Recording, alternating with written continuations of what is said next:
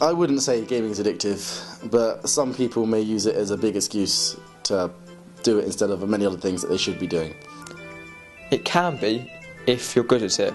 If you're good at it, you're like, oh yes, I can do this, and then you do it, and then when you do it, you lose track of time and don't go to school. I do, but I'm not that addicted. MMORPGs or simulation games. I go through games a lot of different ones, but at the moment I'd probably say League of Legends. Yeah, without a doubt, Sims 3, all the way. Probably around several hours. Well, it depends if I've got a friend round as well. If I've got a friend round, it's a social thing, so you play FIFA all night or something. Probably about 6 to 8 hours. Probably around about 9 hours. Normally that's what games are for, to distract you from what's going on in life. I wouldn't call it a major distraction, no, but maybe at some points, yes, where maybe I've got slightly frustrated with something or fed up with work, and instead I'll just play games. Unless I'm on my iPhone, and then I'll play like an hour before I go to bed, about 1 o'clock. Video games are a huge part of our culture in the modern day.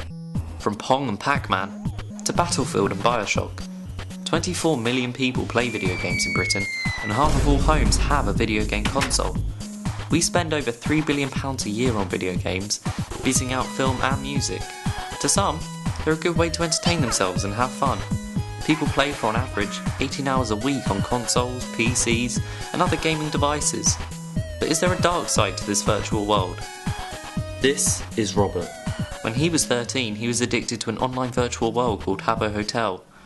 The game is set in a virtual hotel where kids create avatars with which they can move around rooms, chat to other users in public or privately, and even buy credits in the real world with real money to furnish their virtual hotel rooms.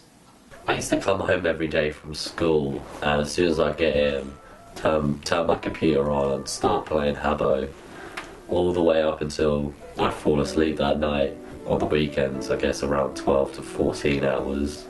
How much did you spend on the virtual items? In excess of £500. You had an incident when some of your virtual credits and virtual furniture got stolen. Can you go into a bit more detail about that?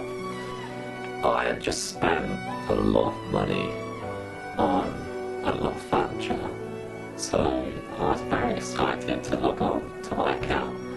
But when I got onto my account and went into my room, it was all gone. I was in shock at first. I didn't know what would happen. I thought it was a glitch.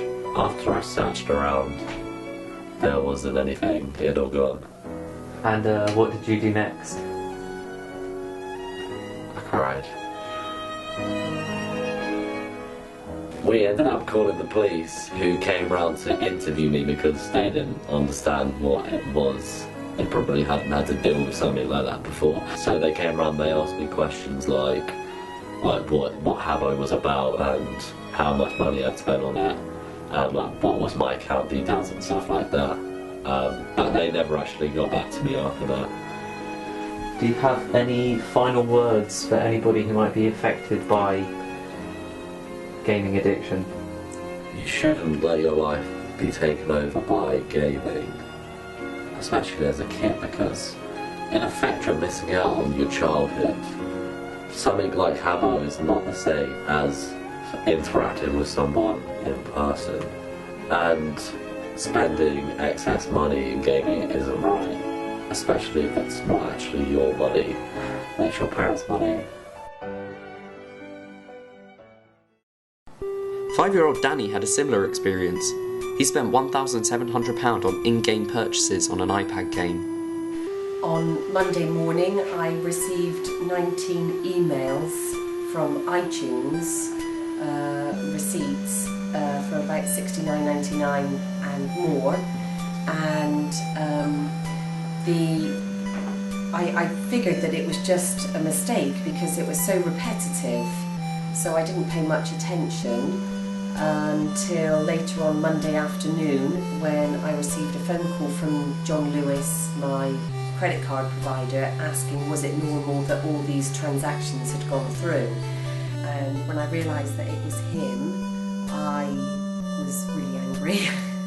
At the time they amounted to £1,300, but we've since discovered that not all the transactions had gone through, and it's actually £1,700. But it isn't just money game addicts are spending on games. For some people, it can cost them their lives. A man from South Korea died after spending over 40 hours playing Diablo 3 non-stop. He drank little and didn't eat, and because he wasn't moving for such a long period of time, he created a blood clot in his leg and also had heart failure due to exhaust. Another case of game addiction related death is that of Daniel Petrick. In 2009, he shot his parents, injuring his father and killing his mother in an angry conflict because his parents would not allow him to play Halo 3. After the shooting, Daniel fled from the scene with the game. He was found guilty of aggravated murder, attempted aggravated murder, and other charges. He was sentenced to life imprisonment.